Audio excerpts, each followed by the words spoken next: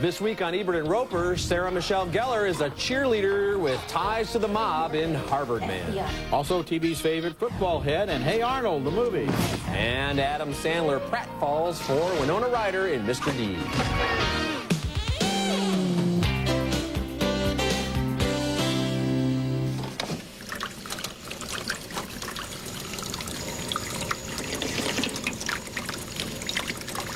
That's Hawaiian punch. He adores Hawaiian punch. Wow. Pizza man Adam Sandler inherits a $40 billion empire in Mr. Deeds. It's coming up later in the show. One of 6 new movies this week. I'm Roger Ebert. And I'm Richard Roeper. Our first movie is Harvard Man from writer-director James Toback, whose recent work includes Black and White and Two Girls and a Guy. Here, Toback revisits his favorite themes: women, drugs, gambling, sports, sex. But it's all handled in a laughably overwrought and lurid style. Not one frame of this film feels authentic. In a typically pretentious scene, Joey Lauren Adams plays Chesney Court, a Harvard philosophy professor who's sleeping with student-athlete Alan Jensen, played by Adrian Grenier. So to you, sex and drugs are the same thing? Well, they have the same goal, transcendence. Alan's also got a thing going with Sarah Michelle Gellar playing lusty cheerleader Cindy Bandolini. She's a mob boss's daughter. Hi, Daddy. Sweetheart. Daddy, this is Alan Jensen. He's a good friend of mine. Oh, yeah? How good? Daddy. When a tornado destroys Alan's parents' home in, of course, Kansas, he throws a game in exchange for $100 grand so he can buy moms and pops a new house. NBA star Ray Allen plays his teammate, Marcus. Do not take it personally, Marcus. Why shouldn't I take it personally? Because it wasn't against you. It wasn't against anybody. It was for some people that needed help. A one-time thing? One-time thing. Rebecca Gayheart works for Cindy's dad, or does she? Now, keep in mind when you watch this scene, it's supposed to be serious. So who was the player? Alan Jensen? Where is my money? What'd you pay him? 50, 75? Listen, lady, you are testing my sense of humor and my patience, and that is a big mistake. I'm a big gambler like you. Harvard Man also has the dubious distinction of featuring one of the most loathsome lead characters in any movie this year. In addition to being a horny, cheating jerk, Alan is also a druggie who takes copious amounts of LSD and has a bad trip that goes on and on and on and on. Toback has written great screenplays for movies like The Gambler and Bugsy, and he can be an interesting director, but here I think he's just a cinematic garbage man. Total disagreement. I really like this movie. I think it's a good movie. It's right out of the blue, combining this whole gambling plot, the low lives like the gamblers and so forth, with this whole philosophical thing. Now, Joey Lauren Adams, who you kind of dumped on, is a very articulate person in this film who engages him in dialogue about don't look like She's that. like the Come youngest on, philosophy like professor. She's a full professor. She sounds like, she sounds convincing to me. She sounds like she knows what she's talking about. I don't know if she's a full professor. She might be an instructor. But they are dealing with the meaning of these, of the life that they're leading and the things that they're doing. Roger, the dialogue in here is so pretentious. And this movie is smart. Most dialogue is so dumb. This dialogue is not smart. And Toback, you know, he supposedly knows about these subjects, and he has demonstrated this knowledge in other films. But here, this kid doesn't look like he could play basketball for a street team, let alone an Ivy League ball club. He's about 5'6". That's not believable. Not 5 foot. Nobody's going to throw a $200,000 bet on an Ivy League game. That would never happen. Rebecca Gayheart is this FBI. When she takes that badge out and goes, FBI, I was thinking, you know, Charlie's Angels was a documentary compared to this. Come on. We have to give him a little slack here. This is a despicable, loathsome This is film. not, I just watched whatever else it is, it's not despicable. Oh, it's and not that loathsome. LSD trip went on and on and on. We get the point. That was an interesting trip. It was an interesting trip for the first time they showed it, and then they kept showing it, and then they kept showing it, and more, and it was like fingernails on a chalkboard. Your hatred of this film is all out of proportion to what's on the screen. Oh, no, this movie is so bad that it's almost worth seeing because it's so bad, but I'm trying to save people from doing that. Well, if they'll go to see it for that reason, then they'll see a good movie, so it'll be okay with me. Not unless they wander out of the theater. They're not going to see a good movie. Our next movie is Pumpkin, and this is one of those on-the-edge movies that test the audience with its politically incorrect humor. You don't know if it's okay to laugh. We're not sure. Christina Ricci stars as Carolyn, the most gung-ho sister at the most enthusiastic sorority on campus. Her sorority president is played by Marissa Kaufman. The coup of all coups, I chose a killer charity. The Challenged Games. We're going to be helping a lot of special people this semester. My God, that's great. We will beat the Tri-Omegas. Carol and his team with a challenged athlete named Pumpkin, played by Hank Harris, who wants to throw the discus, and he trains with a fierce determination. Stars of track and field you are. The stars of track and field are beautiful people. Carolyn's boyfriend is the best-looking guy on campus, a tennis champ played by Sam Ball. But to her amazement, she finds herself changing because of Pumpkin. He kept trying to tell me something. Ugh, I can't stand him looking at me when you touch me. Pumpkin no doubt owes something to directors like Todd Solondz, who pushes the edge of the PC envelope. This movie, directed by Tony Abrams and Adam Larson Broder, has the tone and some of the plotting of a conventional campus comedy, but the presence of the Pumpkin character changes everything and calls all of the unspoken assumptions of those other movies into question. Pumpkin is a challenging movie with a heart that's in the right place, I think. So what does that mean? Are you recommending it or not? I'm recommending it, but what's interesting right is... there. No, I definitely recommend it. But what's interesting is it's really hard to figure out how you stand in relationship to the movie because it's always pushing you. Yeah, I'm going to give it a thumbs down. I agree with some of what you're saying. It's an interesting attempt. I mean, to me, it's a satire of those 50s social interest films. I mean, there's a scene that's straight out of West Side Story at some point. But I just don't think it went far enough. If anything, it should be more politically incorrect. And I think it hedges its bets, and it tries to be a little sweet here and there, and it tries to send too many messages out there. I wish it would have just gone more over the top instead of trying to have it both ways. You know, it doesn't really try to be sweet. For example, the last shot in the movie calls into question the sincere decision that she has apparently arrived at. I know what you're saying. This movie is subverting itself. There's just not enough of the humor there, of the kind of stuff like when a car goes over a cliff and explodes in flames, and then we see the guy in the next shot. I like that. I like that it went over the top. But I wanted more of that. Okay? So close, but no, I'm going to give it thumbs down. Okay, coming up later in the show, the animated feature, Hey Arnold, the movie.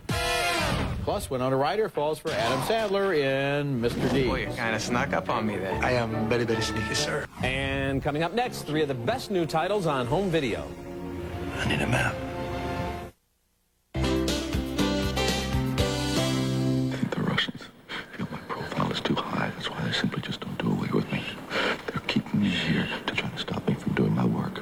A Beautiful Mind was the winner of 4 Academy Awards for 2001, including Best Picture and a Best Director Oscar for Ron Howard.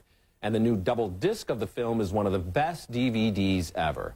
Oscar nominee Russell Crowe is magnificent as the brilliant but troubled mathematician John Forbes Nash Jr., and Jennifer Connelly won Best Supporting Actress for her role as his long-suffering wife. Howard doesn't usually include deleted scenes in his DVD releases, but he makes an exception here to spotlight the Oscar-winning script from Akiva Goldsman and the tremendous acting. And here he's looking at the board and beginning to devise a different game that was, in fact, mathematically perfect. All inspired by the real Nash, if embellished a little bit by Akiva Goldsman and myself.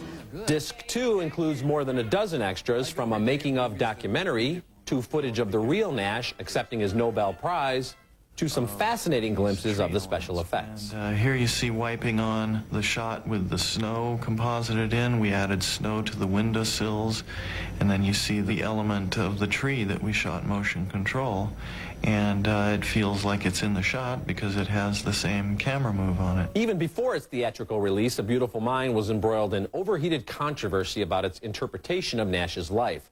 But its lasting legacy is the work itself, a real triumph. Yes, that's right. It's a very good film, and I'd like to recommend a couple of other movies that are new on DVD. Black Hawk Down, the story of a U.S. military operation that goes disastrously wrong, tries to record as accurately as possible what it felt like to be under fire in that battle in 1993 in Somalia on a mission that was supposed to be brief and surgical and turned out to be anything but. Also new on video is The Joy Luck Club, Wayne Wang's 1993 movie about 4 women who were born in China, came to America, and about their 4 daughters. Auntie Lindo, Auntie Ying Ying, Auntie Anmei. Longtime friends of my mother. You are like second mothers to me. Around these 8 women circle innumerable relatives and friends and a lot of unforgettable stories, some of which we see in flashback. Both Joy Luck Club and Black Hawk Down are now available, and they're my thumbs-up video recommendations this week. Coming up later in the show, Adam Sandler goes to town as Mr. Deeds.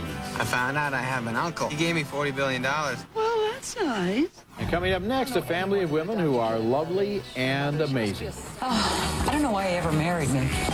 You were pregnant?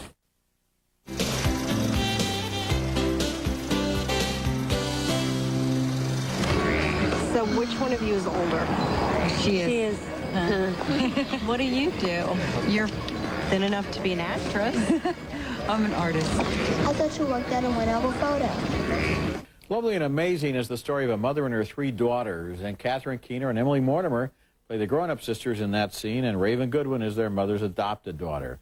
3 weeks ago, I dumped on the divine secrets of the Ya-Ya sisterhood and called it phony from top to bottom, and I got a lot of complaints saying I was a man and therefore incapable of understanding a woman's picture. And now here's a movie that proves my point with real women who have real flaws and real dreams and real lives. All of the women in Lovely and Amazing have problems with their self-image, especially the mother, played by Brenda Blethyn, who undergoes liposuction. I'm narcissistic. You're not. Makes Paul sick. This is what he does to you. Makes you feel bad about yourself. Felt bad about myself long before I met him. The adopted daughter also feels conflicted about weight, which doesn't stop her from running away from home to McDonald's. The eldest daughter finds her there. You could inherit all kinds of things that would make you so different from us. No, I mean better. Like your dad, he could be a genius or something, and your mom, who knows what your mom was. My mom was a crack addict. Unlike Ya-Ya, Lovely and Amazing, directed by Nicole Holofcener, sees real women and it loves them. There's a scene where Emily Mortimer, whose character is an actress, asks an actor played by Dermot Mulroney to look at her body and critique it, and he does mercilessly. And a scene where Catherine Keener feels so put down by her husband that she finds herself actually contemplating an affair with a teenager she works with at the one-hour photo store. But this is not to suggest that Lovely and Amazing is a downer. It's about all the beauty and uncertainty and hope and humor of these women and their world. Well, it's better than Ya-Ya, but I'm not recommending it. And I think it is a downer. The Catherine Keener character, you know, she's played that character in a lot of movies. There's a scene early on where she says something in a store where she's trying to sell these little things she made. And I'm going, oh, she's going to play that character again. That's a great scene. It's not a great scene because I don't care about her. Like she's not an interesting character. She's like a nobody, and I'm not interested. She's nasty. She's mean. The actress character, Emily Mortimer, I think is a little more interesting, but I don't think is a consistent character. Wait a minute. Let me get this straight. Yeah. A character can't be interesting if she's nasty. No, I didn't say that. I said she's nasty and she's just also not that interesting. It's okay if she's nasty. Of course, you could be a nasty and interesting character in a movie, but she's just sort of boring and kind of a loser, and I don't really care what happens to her. And you say that they inherited these problems about the body image from their mom. I want to know what else happened to these women that makes them so lost in the world, and we don't really get that because but they're not totally lost. They actually have resources. They are not totally lost. They're people I don't want to spend any time with. I wasn't that interested in them. Come on now, you've got to be open to a movie that's about people who have problems. I'm open. You just want to go to every movie and it's going to be a party with nice guests. I'm open to the movie. I don't like the way they deal with the problems, and I'm just not that interested in the two. Well, they deal with them sisters. as best as they can, which is the way people do these things. I'm just not. I don't think the characters are that interesting. I don't think this movie loves women at all. Oh, come on. Now that's absolutely wrong. Well, okay. no, it's not wrong. It's my opinion. And my opinion's as valid as yours. And we're going to move on to another movie, all right? Okay, it's called Hey Arnold, the movie. It's a big screen version of the popular Nickelodeon cartoon series about the football-headed kid, as he's called about 68 times in this movie. This is basically an extra-long episode of the TV series featuring the likable but hardly memorable Arnold and his pals trying to save their beloved ramshackle neighborhood from an evil developer. Let everybody know that this is our neighborhood, and we're not going to give it up without a fight. I did laugh at some of the strange little touches, like the broken-hearted bus driver with the metal leg, and Helga, the girl who pretends to hate Arnold but is secretly in love with him. However, a good laugh every half hour or so is not enough for me to recommend this film to anyone who's not already a fan of the TV show. No, it left me kind of indifferent. And you know, there are so many other good choices out there, like Lilo and Stitch, that would be better for kids and probably more enjoyable for their parents. This movie, if it turns up on Nickelodeon, which produced it, I guess maybe kids might tune it in then, but it's not worth that trip to the theater. That's true. Okay, our next movie is named Mr. Deeds, and it deserves that honored cinematic title about as much as Scooby-Doo deserves to be called Citizen Kane. This is not a remake of the 1936 Frank Capra classic so much as a desecration. This time, the little man from the little town goes to New York and courageously fights to prevent the breakup of a gigantic media mega corporation with 50,000 employees. This is not exactly a populist move. Adam Sandler stars as a pizzeria manager whose rich uncle has left him a fortune. Planet Earth is blue, and there's nothing I can do. Oh,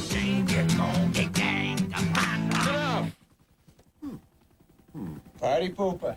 Deeds makes friends with his new butler, played by John Turturro. I got wicked bad frostbite when I was in the Scouts. I got no feeling left in it. I just whacked my foot. Don't be nervous. Go ahead. Ow! You're sick! You're sick! Why would you do that to me? I'm just kidding you, pal. Meanwhile, a tabloid TV producer, played by Winona Ryder, dates Deeds in order to set him up for a broadcast expose. Remember, I'm Pam Dawson, virgin school nurse from Winchesterton, Fieldville, Iowa. The basic problem with Mr. Deeds, I think, is that the filmmakers didn't trust the capper material that they were starting with. This isn't a movie with a statement to make or beliefs to defend. It takes the gimmick of the small-town boy who inherits a fortune, tarts it up with slapstick, adds some totally inappropriate violence, and is so shameless that Winona Ryder actually falls through the ice of a frozen pond so Deeds can pull her out and they can figure out they really do love one another.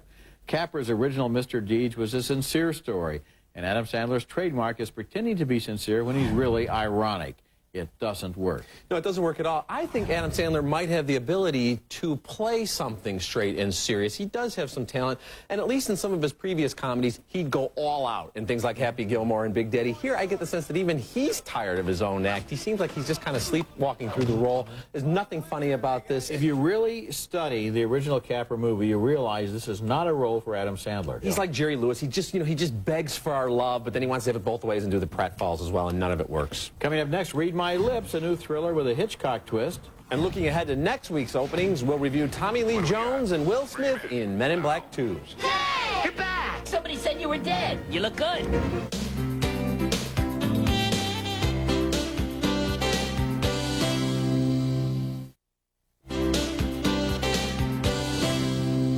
Our next movie is a taut and inventive romance noir from France called Read My Lips.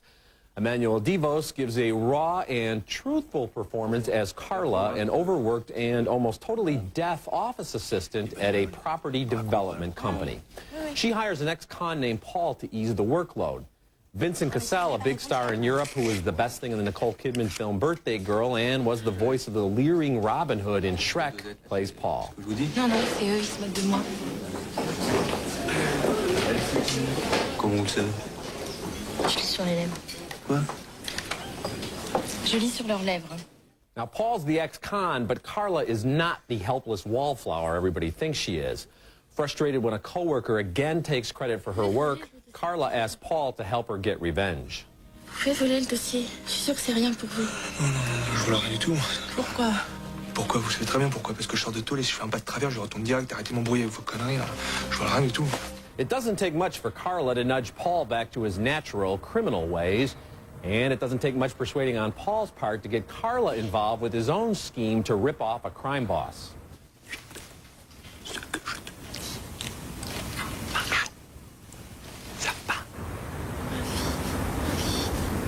There's more than a touch of Hitchcock, especially Rear Window, in this film, but director Jacques Audiard has his own repertoire of stylistic devices. He plays with sound when Carla tunes out the world by taking off her hearing aids, and he's really creative in his camera placement during the occasional bursts of violence, giving the action that much more impact. The plot mechanics of Read My Lips eventually kind of spin into a fairly conventional thriller, but the wildly talented Cassel and the unconventionally alluring Devos give this movie a unique feel. I thought Read My Lips was a real gem. It really is, and she has that kind of Sandra Bullock appeal where she's pretty, and then she's not so pretty, and then she's pretty again, and then you really like her, and then you wonder what she's up to. And the idea that she's deaf and can read lips, you know, is eventually going to be used in the plot. Oh, sure. What it uses that ability for is for him to tell her to do something that sets a chain of events into motion that is really clever in order to get them out of a situation that they're stuck in. You know, there are these two people. There was invention there. Yeah, absolutely. These two people in the office that nobody else in the office is paying attention to until it's almost too late. There's a lot going on beneath the surface with both of them, and a very strange, but in a way sexy relationship between the two of them. This movie, I think, is almost certainly going to be remade by Hollywood. I can see that happening. You wait and see. Right. Okay. I hope with Cassel again. We'll be right back.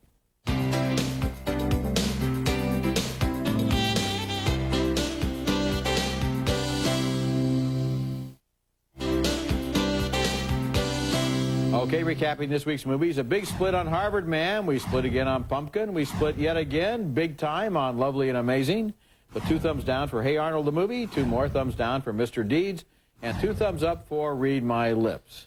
Remember, you can hear all our recent reviews at ebertandroper.tv and read us in print at suntimes.com. Next week, we'll be back with Lil Bow Wow and the basketball comedy Like Mike. Until then, the balcony is closed. I can't believe you dumped on Harvard Man and Pumpkin and Lovely and Amazing at a time when there are so few creative movies out there. You know, Lovely and Amazing and Pumpkin I can understand. Harvard Man, I think, is just a howlingly bad film. Well, now, come on, I've got to go back and look at Lovely Worst and 10 Amazing. list. If you want all natural taste right here, you get Breyers. I know my ice cream. This is natural. Breyers All Natural. Taste, not technology. Fact, a foul hamper can knock your socks off. Fact, visit Lysol.com for free coupons on Lysol products. Life demands Lysol. That's a fact. These babies were conceived using the Clear Plan Easy Fertility Monitor. It identifies more fertile days each cycle than any leading method. Clear Plan, clear results. You know, as little as we paid for Motel 6, I can't believe we get the kickback by the pool. Ooh, I've had enough sun. I'm going up to the room. We get a room too? Closed captioning for Ebert and Roeper is brought to you by... Stop and go to Meineke for brakes and expert auto service you can trust. Meineke, you won't pay a lot, but you'll get a lot.